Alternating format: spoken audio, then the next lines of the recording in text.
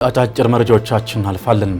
ከኮቪድ-19 በኋላ በማገገም ላይ የነበረው የቱሪዝም ገቢ በተለያዩ አካባቢዎች ባለው የጸጥታ ችግር ምክንያት እየቀነሰ እንደሚገኝ የኢትዮጵያ ዱር እንስሳት ጥበቃ ባለስልጣን አስታወቀም።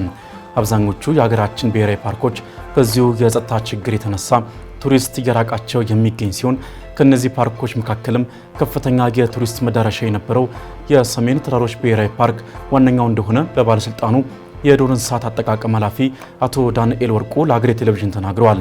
ባለስልጣኑ በቅርቡ ይፋ ባደረገው መረጃ መሰረት ኢትዮጵያ ከዱር እንስሳት ሀብት ያገኘች ያለችው ገቢ ከ150 ሚሊዮን ብር የዘለለ እንዳልሆነ ያሳያል።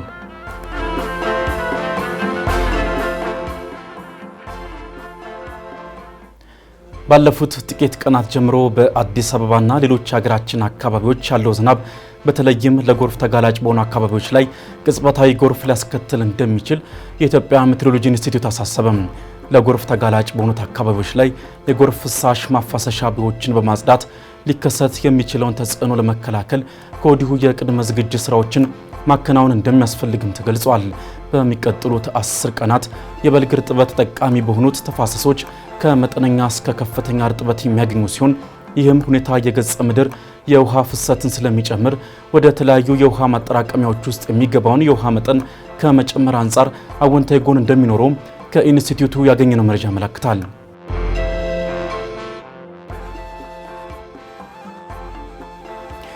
የኢትዮጵያ መድኃኒት አቅራቢ አገልግሎት በመንግስት የሕክምና ተቋማት ውስጥ ብቻ ጥቅም ላይ እንዲውሉ ታስበው ከሚገዙ መድኃኒቶች ውስጥ የተወሰኑት በግል የሕክምና ተቋማት ውስጥ መገኘታቸው ተገለጸ።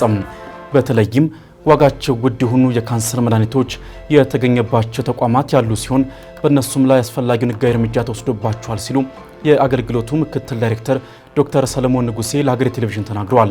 እንዲህ አይነቱ ሕገወጥ የመድኃኒት ሽያጭ በተለያዩ አካባቢዎች አሁንም የሚታይ ነው ያሉት ዶክተር ንጉሴ መድኃኒቶቹ ከአገልግሎቱ ቅርንጫፎች ወደ ሕክምና ተቋማቱ እስከሚተላለፍ ድረስ ምንም አይነት ለሕገወጥ ግብይት የሚያመች መንገድ እንደሌለም አክለው ገልጸዋል። ይሁን እንጂ የሕክምና ተቋማቱ ጋር ከደረሰ በኋላ ግን አገልግሎቱ የመቆጣጠርና የመከታተል ስልጣን እንደሌለው ተናግረዋል። በአብዛኛው መድኃኒቶቹ በሕገወጥ መልኩ ለገበያ የሚቀርቡት ሕክምና ተቋማቱ ጋር ከደረሱ በኋላ እንደሆነም አክለው ገልጸዋል።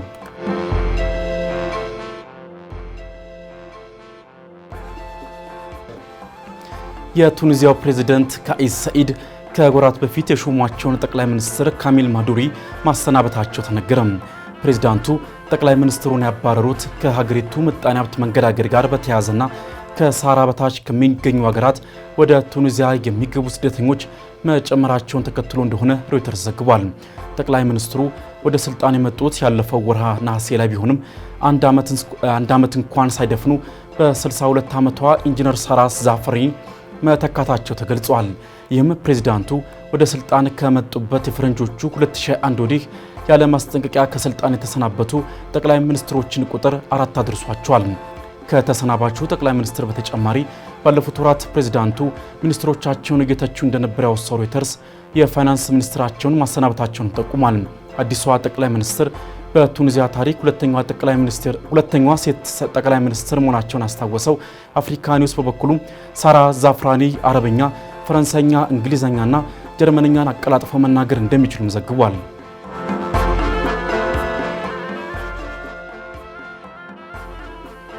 ጣሊያን በአሜሪካና አውሮፓ መካከል በተፈጠረው አለመግባባት አጣብቂኝ ውስጥ መግባቷ ተነገረም።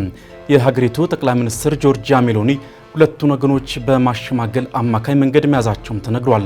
ጠቅላይ ሚኒስትሯ ከአውሮፓ ሀገራት መሪዎች በተሻለ ደረጃ በፕሬዝዳንት ዶናልድ ትራምፕ ቅቡልነት ያላቸው መሪ ናቸው። ዶናልድ ትራምፕ የአውሮፓ ህብረት በአሜሪካ ላይ ያለውን ጥገኝነት እንዲቀንስ ሲሉ ሲያሳስቡም ቆይተዋል። ይህም ህብረቱ በትላንትናው ዕለት ራሱን በመከላከያ የበለጠ እንዲያደራጅና ከአሜሪካ ጥገኝነት መላቀቅ የሚያስችለውን እቅድ ይፋ አድርጎም ነበር። በወቅቱም ሜሎኒ ያሳዩት የተለሳለሰ አቋም ለትችት ተጋላጭ አድርጓቸዋል። ጠቅላይ ሚኒስትሯ አሜሪካንም ይሁን አውሮፓን በድፍኑ እንደማይከተሉ ለሀገራቸው እንደራሴዎች መናገራቸውም እንዲሁ ትችት አስነስቶባቸዋል። የአውሮፓ ህብረት ከሚቀጥለው ወር ጀምሮ ለአሜሪካ ምላሽ የሚሆን የታሪፍ ጭማሪ እንደሚያደርግም አሳውቋል። ጣሊያን በአንጻሩ የንግድ ውጥረቱን በድርድር ለመስማማት እንደምትፈልግም ተናግራለች ሲል የዘገበው ሮይተርስ ነው።